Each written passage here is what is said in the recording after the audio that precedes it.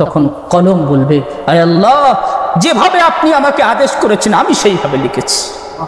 আল্লাহ পাক তখন বললেন আহমদ ইবনে হাম্বল আলাইহির রহমাকে, কলম ঠিক বলেছে, লৌহে মাহফুজে ঠিক লেখা আছে, লৌহে মাহফুজ ঠিক বলেছে, ইসরাফিল ঠিক বলেছে, জিবরাইল ঠিক বলেছে, মুহাম্মদুর রাসূলুল্লাহ ঠিক বলেছে, আয়েশা সিদ্দিকা ঠিক বলেছে, উরওয়া ঠিক বলেছে, আব্দুর রাজ্জাক ঠিক বলেছে, উরওয়া ঠিক বলেছে, আব্দুর রাজ্জাক ঠিক বলেছে, মামার ঠিক বলেছে, মুহাম্মদ আহমদ বিন হাম্বল আমি সাক্ষী দিচ্ছি তুমি ঠিক বলেছো। আর আমাদের আহলে সুন্নাত ওয়াল জামাতের আকীদা হলো আল কোরআন ও কালামুল্লাহ গায়রু মাখলুকিন, কোরআন আল্লাহর কালাম, আল্লাহর সৃষ্টি নয়। অর্থাৎ আল্লাহ পাকের একটা গুণ, কালাম মানে বিসমিল্লাহির রহমানির রহিম। আল্লাহ রাসূল সাল্লাল্লাহু আলাইহি ওয়াসাল্লাম মহব্বতের তাকাজা ও ভালোবাসা এটাই যে আল্লাহ রাসূলের সুন্নতের অনুসরণ। আল্লাহ রাসূলের সুন্নতের অনুসরণ করলে চারটে ফায়দা আছে। আল্লাহ রাসূল তার পাক ও পবিত্র জবানে বলেছেন, আল মুহাব্বাতু ফি কুলুবিল বারারা, যদি কেউ সুন্নতের অনুসরণ করে, আল্লাহওয়ালাদের তাওয়াজ্জু, আল্লাহওয়ালাদের ধ্যান, যুগের শ্রেষ্ঠ যারা ব্যক্তি আল্লাহওয়ালা তাদের ধ্যান তার দিকে আসবে, আল্লাহওয়ালাদের নজরকে সে কাড়বে, আল্লাহওয়ালাদের একটা আলাদা সুনজর সে পাবে। আর সেই সুনজর আল্লাহ পাক তাকে আস্তে আস্তে তৈরি করে বড় করো, কারণ তার দ্বারা অনেক বড় কাজ নেওয়ার ব্যাপার আছে না। আল মুহাব্বাতু ফি কুলুবিল বারারা। নাম্বার 2, ওয়াল হাইবাতু ফি কুলুবিল ফাজারা। সুন্নতের উপর যদি কেউ আমল করে, তার দ্বিতীয় আল্লাহ পাক যে পুরস্কার রেখেছেন সেটা হলো অসৎ ব্যক্তিরা যখন তাকে দেখবে, দেখার সাথে সাথে তারা ভয়ে কেঁপে যায়। তার মধ্যে এমন পাওয়ার আল্লাহ পাক রাখবে। এটাই তো আল্লাহ রাসূল সাল্লাল্লাহু আলাইহি ওয়াসাল্লাম ছিল না। আল্লাহ রসুলের যে যত অনুসরণ করবে, আল্লাহ রসুলের যে সমস্ত জিনিস গুণ আল্লাহ পাক দিয়েছেন তার কিছু কিছু তার মধ্যেও আসবে। আল্লাহ রসুল কি বলেছেন, নুসিরতু বির-রু'বি মাসিরাতা শাহরিন, 1 মাস দূর থেকে যদি কেউ আমাকে দেখে নেয়, কোনো কাফের, দেখার সাথে সাথে ভয়ে কেঁপে যায়।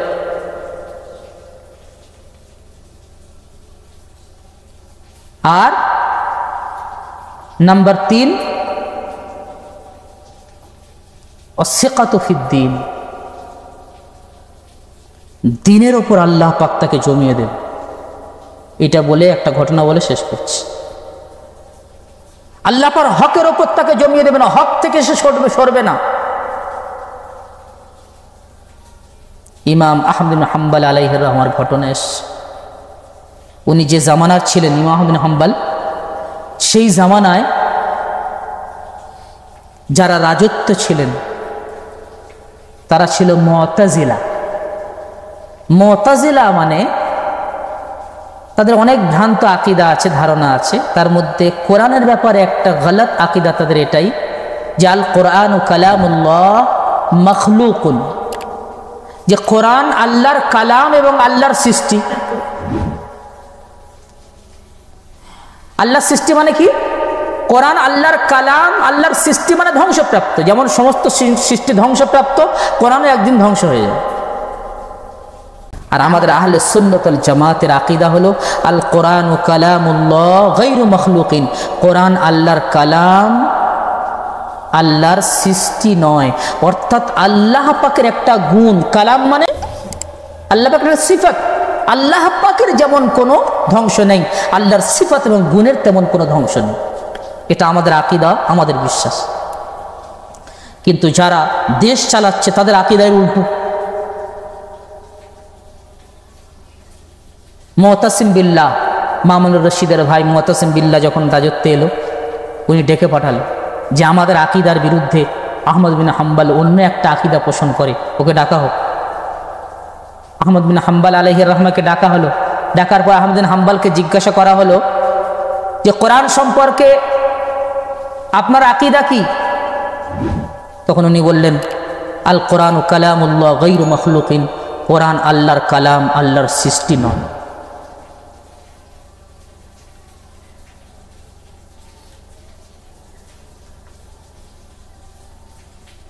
মাসুম মুতাসিম বিল্লাহ জিজ্ঞাসা করলেন দলিল।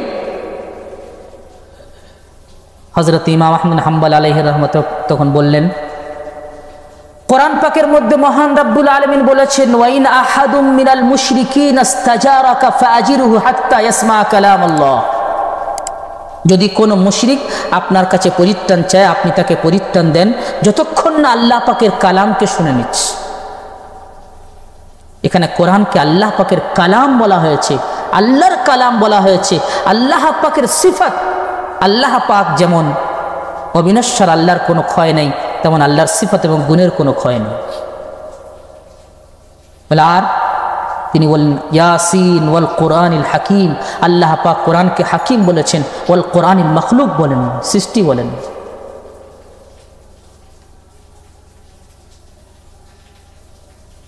তার আল কোরআন আর রহমান আল্লামাল কোরআন।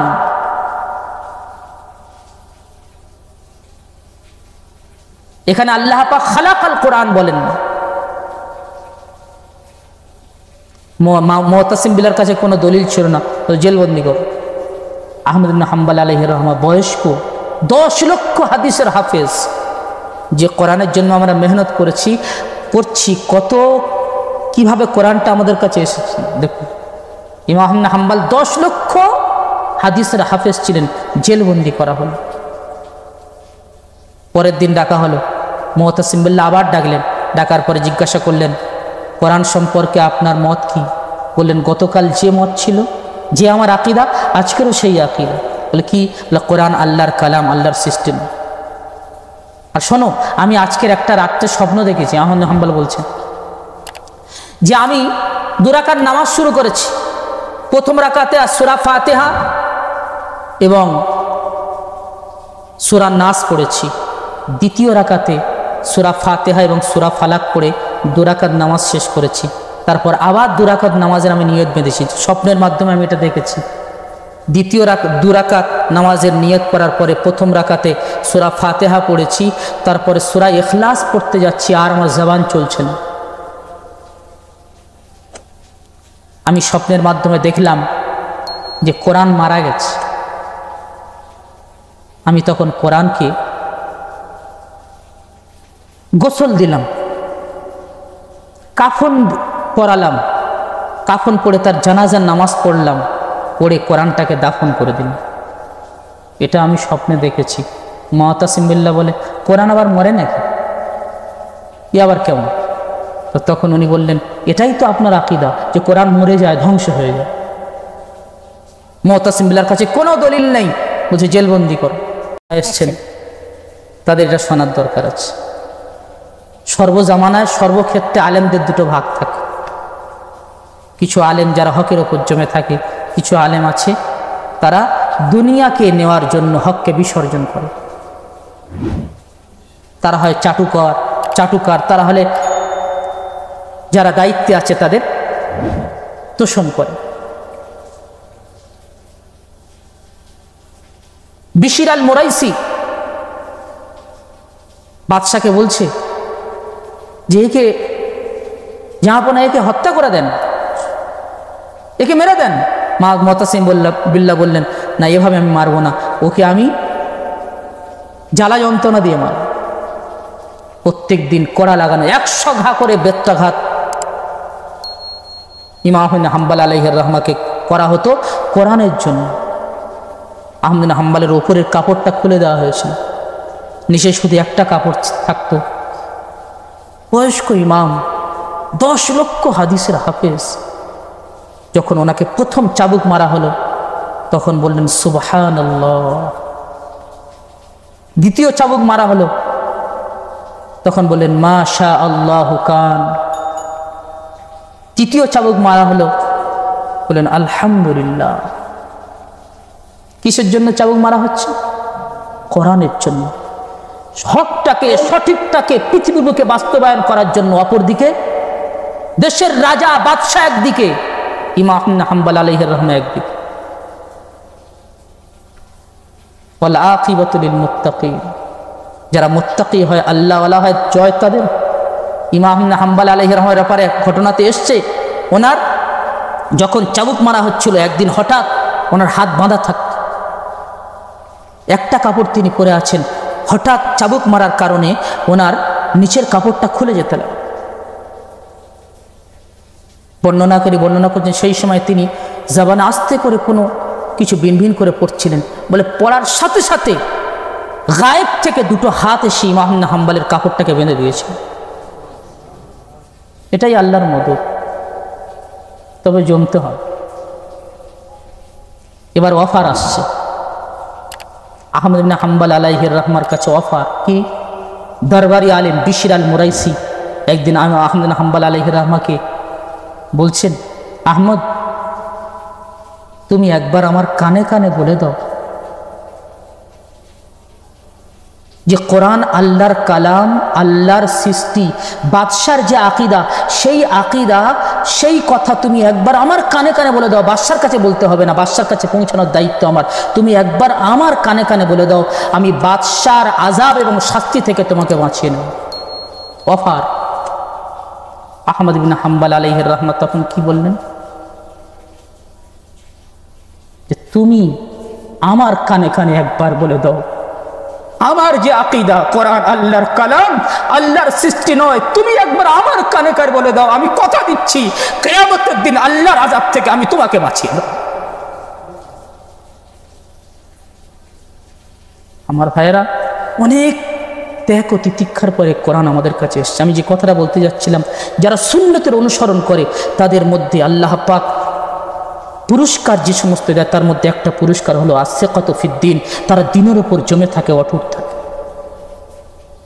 একদিন বাদশা স্বপ্ন দেখছে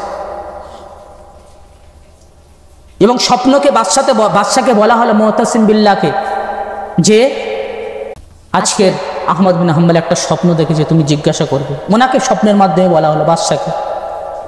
বাদশাহ আহমদ বিন হাম্বলকে ডাকলেন, ডেকে বললেন, তুমি আজকের কোনো স্বপ্ন দেখেছো? ওটা আমাকে শোনো। বলছে, হ্যাঁ আমি একটা স্বপ্ন দেখেছি আজকে। আমি স্বপ্নের মাধ্যমে দেখছি হাসরের ময়দান, মহান রব্বুল আলামিন নিজ সিংহাসনে বসে আছেন। আমাকে ডাকা হলো হাসরের ময়দানে।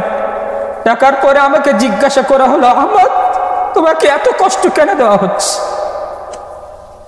আহমদ বিন হাম্বল আলাইহির রহমা তখন বললেন, ইয়া আল্লাহ, তোমার কোরআনের জন্য। কোরআনের ব্যাপারে তোমার কি আকীদা? আহমদ বিন হাম্বল আলাইহির রহমা বললেন, আমার আকীদা হলো কোরআন আপনার কালাম, কেবলমাত্র আপনার। আহমদ বিন হাম্বল আলাইহির রহমাকে আল্লাহ পাক জিজ্ঞাসা করলেন, কোথা থেকে পেয়েছো? তিনি বললেন, আমার উস্তাদ হযরতে মা'মার রাহমাতুল্লাহ আলাইহির কাছ থেকে আমি কথা শুনেছি। আল্লাহ পাক সঙ্গে সঙ্গে অর্ডার করলেন, স্বপ্নের মাধ্যমে হচ্ছে। আল্লাহ পাক সঙ্গে সঙ্গে অর্ডার করলেন, মা'মারকে ডাকো। বিখ্যাত মুহাদ্দিস মা'মার রাহমাতুল্লাহ আলাইহি, হাসরের ময়দান, আল্লাহ পাকের দরবার। মা'মারকে ডাকা হলো। মা'মারকে ডাকার পর আল্লাহ পাক মা'মারকে জিজ্ঞাসা করলেন, মা'মার কোরআন সম্পর্কে তোমার কি ধারণা? তিনি বললেন, হে আল্লাহ, কোরআন আপনার কালাম, কেবলমাত্র আল্লাহ আপনার। কোরআন আপনার সৃষ্টি নয়। আল্লাহ পাক জিজ্ঞাসা করলেন, কোথা থেকে পেয়েছো? তিনি বললেন, আমার উস্তাদ আব্দুর রাজ্জাক রাহমাতুল্লাহ আলাইহি তিনি আমাকে বলেছেন। আল্লাহ পাক বললেন, আব্দুর রাজ্জাককে পেশ করো। আব্দুর রাজ্জাক রাহমাতুল্লাহ বিখ্যাত মুহাদ্দিস, তাকে ডাকা হলো, পেশ করা হলো। আব্দুর রাজ্জাককে আল্লাহ পাক জিজ্ঞাসা করলেন যে তুমি কোরআনের ব্যাপারে তোমার কি ধারণা? তিনি বললেন, কোরআন আপনার কালাম, কেবলমাত্র আপনার। আল্লাহ পাক জিজ্ঞাসা করলেন, কোথা থেকে পেয়েছো? তিনি বললেন, অরুয়া থেকে। আল্লাহ পাক বললেন, অরুয়াকে পেশ করো। অরুয়া রাদিয়াল্লাহু তাআলা আনহুকে পেশ করা হলো। অরুয়া রাহমাতুল্লাহ আলাইহি যখন পেশ করা হলো, আল্লাহ পাক জিজ্ঞাসা করলেন, কোরআনের ব্যাপারে তোমার কি ধারণা? তিনি বললেন, কোরআন আল্লাহর কালাম, আপনার কালাম, কেবলমাত্র আপনার, আপনার সৃষ্টি নয়। আল্লাহ পাক অরুয়াকে জিজ্ঞাসা করলেন, কোথা থেকে পেয়েছো? বলেন, আয়েশা সিদ্দিকা উম্মুল মুমিনিন রাদিয়াল্লাহু তাআলা আনহা থেকে আমি শুনেছি। আল্লাহ পাক তখন অর্ডার করলেন, উম্মুল মুমিনিন আয়েশা সিদ্দিকাকে পেশ করো। উম্মুল মুমিনিন আয়েশা সিদ্দিক রাদিয়াল্লাহু তাআলা আনহাকে পেশ করা হলো। আয়েশা সিদ্দিকা রাদিয়াল্লাহু তাআলা আনহাকে আল্লাহ পাক জিজ্ঞাসা করলেন, কোরআন সম্পর্কে তোমার কি ধারণা? তিনি বললেন, কোরআন আপনার কালাম, কেবলমাত্র আপনার। আল্লাহ পাক জিজ্ঞাসা করলেন, কোথা থেকে শুনেছ? তিনি বললেন, জনাবে রাসূলুল্লাহ সাল্লাল্লাহু আলাইহি ওয়াসাল্লামের কাছ থেকে শুনেছি। আল্লাহ রাসূল, আল্লাহ পাক তখন বললেন, মুহাম্মদ রাসূলুল্লাহকে পেশ করো, মুহাম্মদকে পেশ করো। মুহাম্মদকে পেশ করা হলো।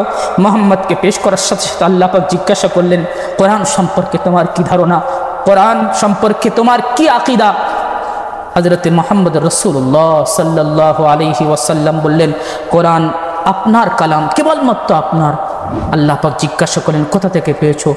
জিবরাইলের কাছ থেকে আমি শুনেছি। জিবরাইলকে পেশ করা হলো, তুমি কোথা থেকে, তোমার কোরআন সম্পর্কে তোমার কি আকীদা? তিনি একই কথা বললেন। বলে, কোথা থেকে শুনেছো? বললেন, ইসরাফিলের কাছ থেকে আমি নিয়েছি। ইসরাফিলকে জিজ্ঞাসা করা হলো, তুমি কোথা থেকে পেয়েছো? তিনি বললেন, আমি লৌহে মাহফুজে লেখা পড়েছি। লৌহে মাহফুজে এমন লেখা আছে, কোরআন আল্লাহর কালাম, আপনার কালাম, কেবলমাত্র আল্লাহর, আপনার। আল্লাহ পাক তখন লৌহে মাহফুজকে আল্লাহর সামনে পেশ করা হবে। লৌহে মাহফুজকে আল্লাহ পাক জিজ্ঞাসা করবেন যে কোরআন সম্পর্কে তোমার কি আকীদা? তখন লৌহে মাহফুজ বলবে, কোরআন হে আল্লাহ আপনার কালাম, কেবলমাত্র আল্লাহ আপনার। বলবেন, কোথা থেকে পেয়েছো? বলবেন, কলম এরকম লিখেছে। লৌহে মাহফুজ তখন বলবে কলম এরকম আমার মধ্যে লিখেছে। আল্লাহ পাক তখন বলবেন, কলমকে পেশ করো। কলমকে পেশ করা হবে। আল্লাহ পাক কলমকে জিজ্ঞাসা করলেন, কোরআন সম্পর্কে তোমার কি আকীদা? তিনি বললেন, কোরআন আল্লাহর কালাম, কেবলমাত্র আপনার সৃষ্টি নয়। আল্লাহ বলবেন, তুমি কোথা থেকে পেয়েছো? তখন কলম বলবে, আয় আল্লাহ, যেভাবে আপনি আমাকে আদেশ করেছেন আমি সেইভাবে লিখেছি। আল্লাহ পাক তখন বললেন, আহমদ ইবনে হাম্বল আলাইহির রহমাকে, কলম ঠিক বলেছে, লৌহে মাহফুজে ঠিক লেখা আছে। লৌহে মাহফুজ ঠিক বলেছে, ইসরাফিল ঠিক বলেছে, জিবরাইল ঠিক বলেছে, মুহাম্মদুর রাসূলুল্লাহ ঠিক বলেছে, আয়েশা সিদ্দিকা ঠিক বলেছে, উরওয়া ঠিক বলেছে, আব্দুর রাজ্জাক ঠিক বলেছে, উরওয়া ঠিক বলেছে, আব্দুর রাজ্জাক ঠিক বলেছে, মামার ঠিক বলেছে, মুহাম্মদ আহমদ বিন হাম্বল, আমি সাক্ষী দিচ্ছি তুমি ঠিক বলেছো। এই স্বপ্ন দেখার সাথে সাথে, এই স্বপ্নের কথা বলার সাথে সাথে মুতাসিম বিল্লাহ সঙ্গে সঙ্গে তওবা করে নিয়েছিলেন। পাওয়ারফুল বাদশাহ একদিকে একজন গরিব অসহায় ইমাম। কি আছে তার মধ্যে? আল্লাহর ভয়। আল্লাহর ভয় তার মধ্যে ছিল। তিনি জানেন, আমি যদি শরীয়তের বিপক্ষে, আল্লাহর বিপক্ষে কোনো কথা বলি, আল্লাহর সামনে আমাকে দাঁড়াতে, আমি কি জবাব দেবো আল্লাহর সামনে? তারা জান মাল সবকিছু উৎসর্গ করেছে। আমার ভাইয়েরা, অনেক বড় খেদমত আল্লাহ পাক আপনাদের দ্বারা নিচ্ছেন। একটা কাজ আমাদের করতে হবে, সর্ব অবস্থায় আল্লাহর সাথে সম্পর্ক জোড়া। যে কোনো সমস্যা হবে, 2 রাকাত নামাজ পড়ে আল্লাহর কাছে কাঁদুন, আল্লাহকে বলুন। যদি এরকম করতে পারি, সুন্নতের পাবন্দ আমরা হতে পারি, ইনশাল্লাহ কাল কিয়ামতের দিন, যেদিন কেউ আপনার সাপোর্টে থাকবে না, সেই দিন কমপক্ষে কিছু না হলে আল্লাহর রাসূলের পাক ও পবিত্র হাতে হাউজে কাউসারের পাক ও পানি পান করার তৌফিক আল্লাহ পাক দেবেন, এবং আল্লাহর রাসূলের সুপারিশ ইনশাল্লাহ পাওয়ার আল্লাহ পাক তৌফিক দেবেন। নিয়তটাকে খালিস রাখুন এবং আল্লাহর সাথে সম্পর্ক জুড়ুন। আল্লাহ পাক আমাদের সকলকে দিনের সঠিক জিনিসটা বুঝে সেই মোতাবেক আমল করার তৌফিক নসিব করুন। ওয়া আখিরু দাওয়ানা আলহামদুলিল্লাহি রাব্বিল আলামিন।